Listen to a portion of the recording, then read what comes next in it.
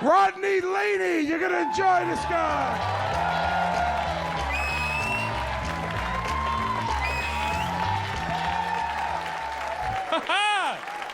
Good ball. All right. Yeah. All right. I feel the love. We're getting all this love from New Yorkers. Where the New Yorkers at? New Yorkers? Bunch of evil people, these New Yorkers. I asked a New Yorker the other day, I said, do you know where the 59th Street Bridge is? He was like, yeah, and then walked away. like I was quizzing him on general knowledge.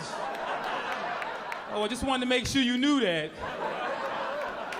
I'll be testing you on politics tomorrow. I don't know, man. I'm from the one place that New Yorkers hate, New Jersey. They hate New Jersey. I don't know why, man. I don't know how I feel about being from Jersey sometimes. A lot of people don't know this about New Jersey, but New Jersey was like the last northern state to abolish slavery. Yeah. So when they was like, let's get rid of this, Jersey was like, hold on. Let's not rush into anything. There's three parts of Jersey, right? Like the northern part is basically a suburb of New York. The southern part is basically a suburb of Philly. And the central part is basically a suburb of Mississippi. That's how that works.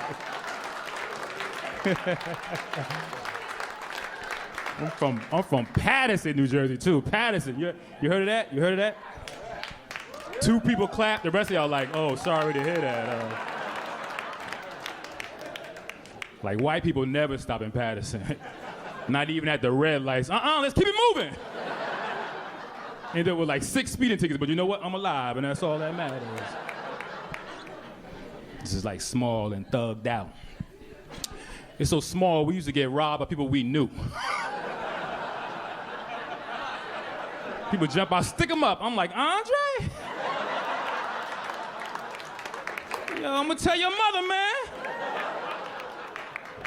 By the way, how is Aunt Carol? How's she doing? And people always ask me after the show if I'm really from Paterson, like I would make that up. Out of all the cities to make up, I'm gonna make up Paterson.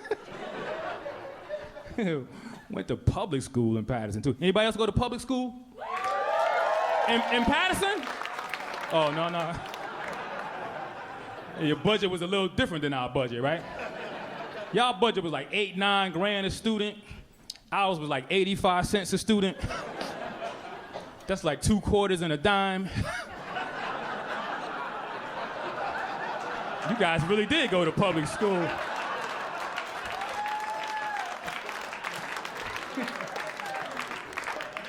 This is how bad the budget was. Remember when you would get your books and you could tell how many people had the book before you, but how many names was in the book? I'm looking at my math book going, Booker T. Washington. Frederick Douglass, how old is this math book?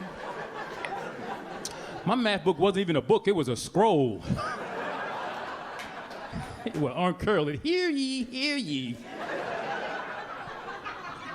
Public school made you tough, though. You had to be tough in public school.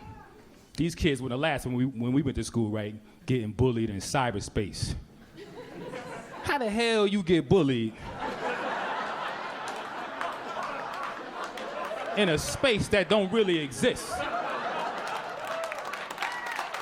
You gotta be a nerd to even think you could bully somebody in cyberspace, right? We never had that problem. You know why? Because you need computers for that.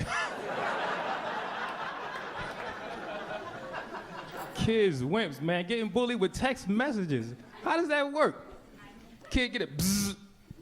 Oh my God! He's gonna get me! At some point in the future,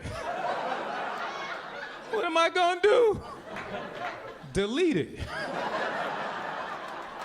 Problem solved, right? You see the kid? You see the kid walking up with the bully walking up on the kid? Hey, yo, you get my text? Nah, I sent it this morning.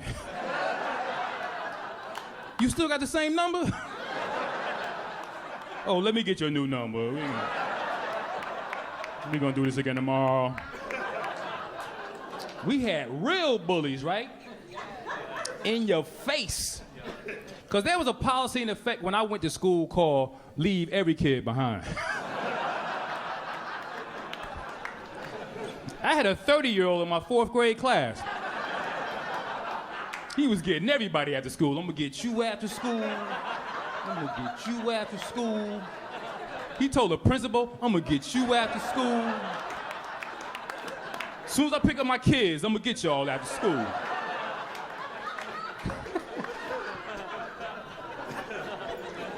I remember these bullies, right? We had one bully, his name was Doofy Chris.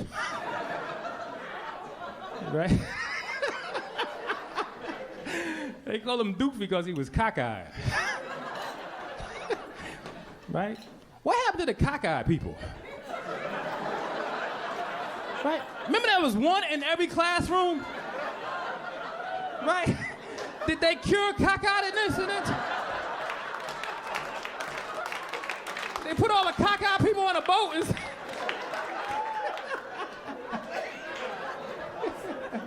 Hey, when Doofy Chris came around, when he spoke, everybody listened. Because we didn't know who he was talking to.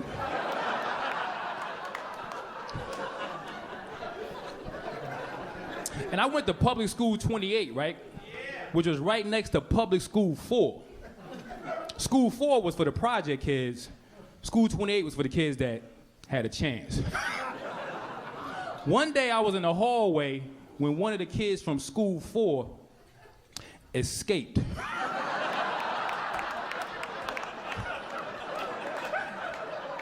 He was like, come in the bathroom, and I was like, no. Because that did not sound like a good idea to me.